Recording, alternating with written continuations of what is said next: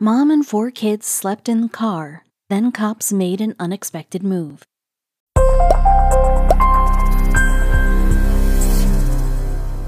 During his first interrogation, Jones denied knowing Paige altogether, but during a second interrogation about his whereabouts on the night of the murder, he changed his initial story, in which he said he went to Walmart to buy a soda, ultimately denying being in Walmart at all. When dogs were taken to Paige's car, they alerted the police of Jones's smell in the front seat, but he continued to deny he went anywhere with her.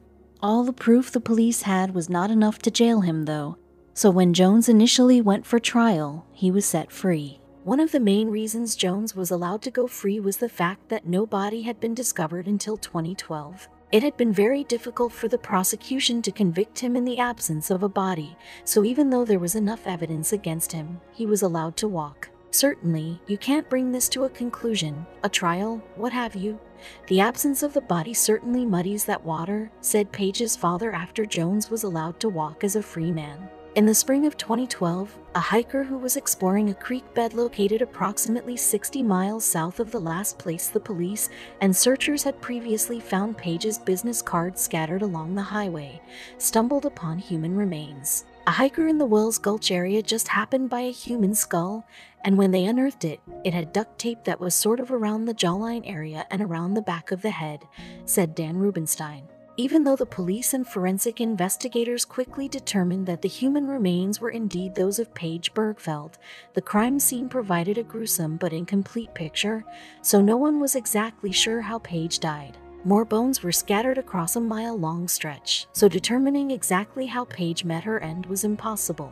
The reality is we don't know exactly how Paige died, said Dan Rubenstein in a later interview. What we do know is that she was kidnapped, and we know that because of the items that were strewn down Highway 50, and we know that because of the duct tape.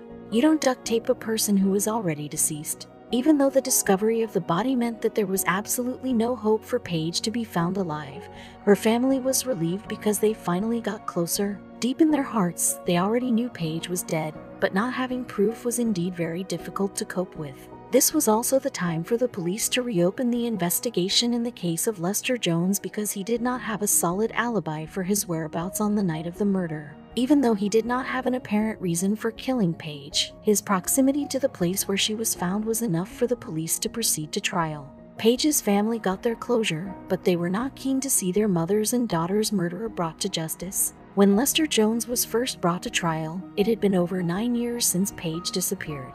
In 2016, Jones first stood trial for both kidnapping and murder. He continued to insist that he was not guilty and that he had no reason at all to kill Paige.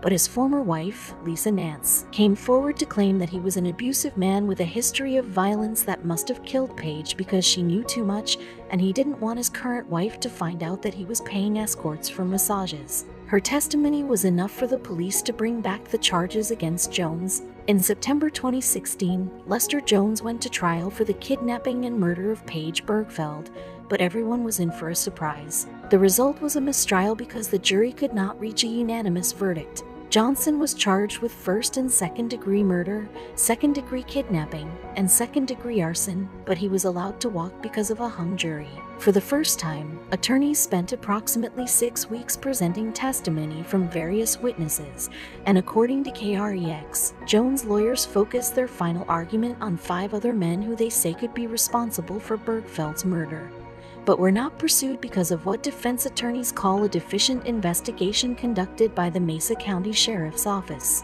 Jurors were ordered by Chief District Judge Brian Flynn to keep deliberating after they initially decided that they couldn't reach a unanimous verdict. A note from the jury said, "We are unable to come to a unanimous decision. The jury feels we have exhausted our choices." After 2 more hours of deliberation, the 12 jurors decided to send another note to the court to inform that the jury remains in the same position.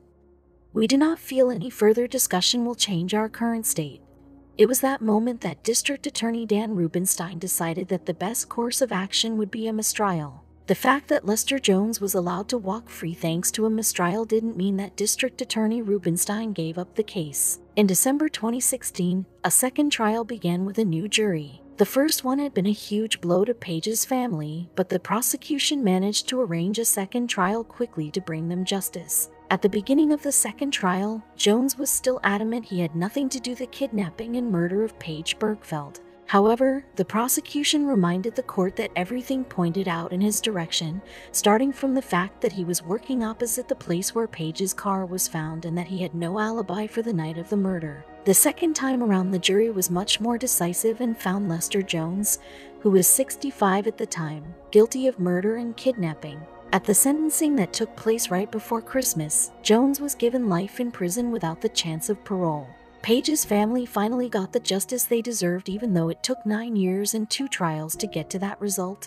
"What happens to him doesn't bring Paige back," said Frank Bergfeld after the verdict. "If he wanted to make a deal and skip prison and bring her back, I'd take it." Paige's 3 children are currently living with their father on the East Coast and are keeping in touch with their grandfather. During the trial, Paige's daughter, Jess Dixon, the stand to testify and describe her mother as a person who did everything for her kids. She presented a lot of details from the day her mother disappeared. "We had been trying to get her back on the phone and it wasn't working, and we weren't sure what to do at the time. We were young and our au pair didn't know the situation," Jess said.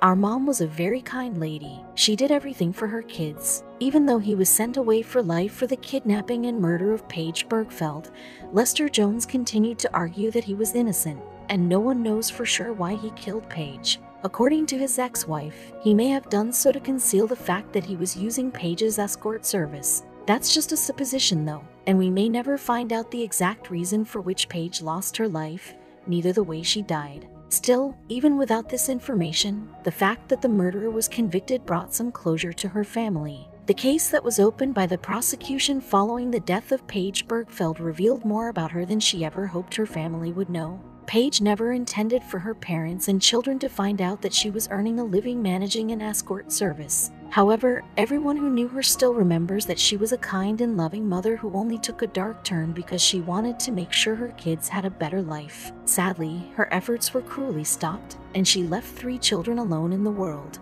They all remember her as a wonderful mom and wish things were different.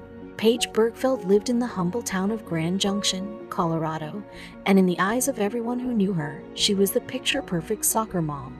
Everyone who knew her liked her, but no one suspected she was leading a double life. There were, of course, rumors that she was a divorced mom because her second husband was abusive, but that didn't change anyone's opinion about her. Still, as we know from books, movies, and real life, no one is that perfect, and we all have something to hide. In Paige's case, it was a dark secret that would cost her her life. Following her disappearance, everyone was worried and searched for Paige, which proved that she was a missed member of the community. The police initially searched only the Grand Junction area where Paige lived, but then extended the search to the whole Mesa County. Even though Paige's family and friends initially believed that she would soon return home, the police didn't want to leave anything to chance, and they scoured the terrain that was lush with vegetation for weeks, without success though. Proving once more that everyone cared for Paige, more than 100 volunteers joined the Bergfeld family in a frantic search for the mother of 3. No one was really sure what they were searching for, but everyone hoped they would find Paige alive. After the business cards were found on the highway, Paige's dark secret was revealed. Even though her family and the entire community were a bit shocked to find out that Paige managed an escort service, they continued to believe she was a wonderful mother and understood that all she did was for the well-being of her children. A shadow was cast over her image, but it didn't affect her reputation as a mother. In the early stages of the investigation, the police had reason to believe that a man called Jim was talking often with Paige on the phone. But it was almost impossible to trace him because he used a prepaid phone to call her. In the beginning, no one suspected why that was. Because the phone was prepaid, there was no way to tie a real name or credit card to it, so the name Jim could very well have been a false one.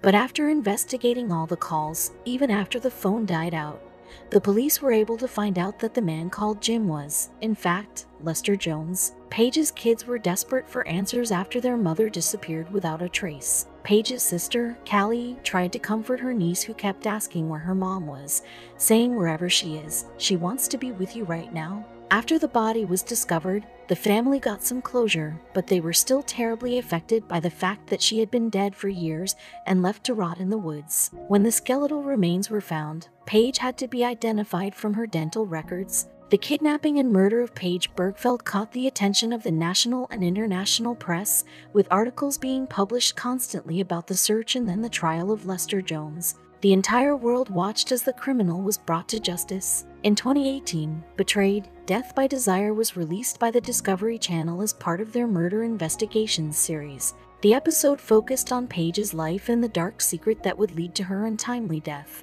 It also detailed the trial and sentence given to Lester Jones. It took 9 years and 2 trials for the police and prosecution to find the murderer of Paige Bergfeld and bring him to face justice. Paige's family had to deal with both her disappearance and the fact that they didn't know whether she was alive or not for years. The secret life Paige was leading eventually destroyed everything she loved and worked so hard for. But most of the people who knew her argue that she was cruelly snatched from her family when all she did was do everything in her power to offer her kids a good life.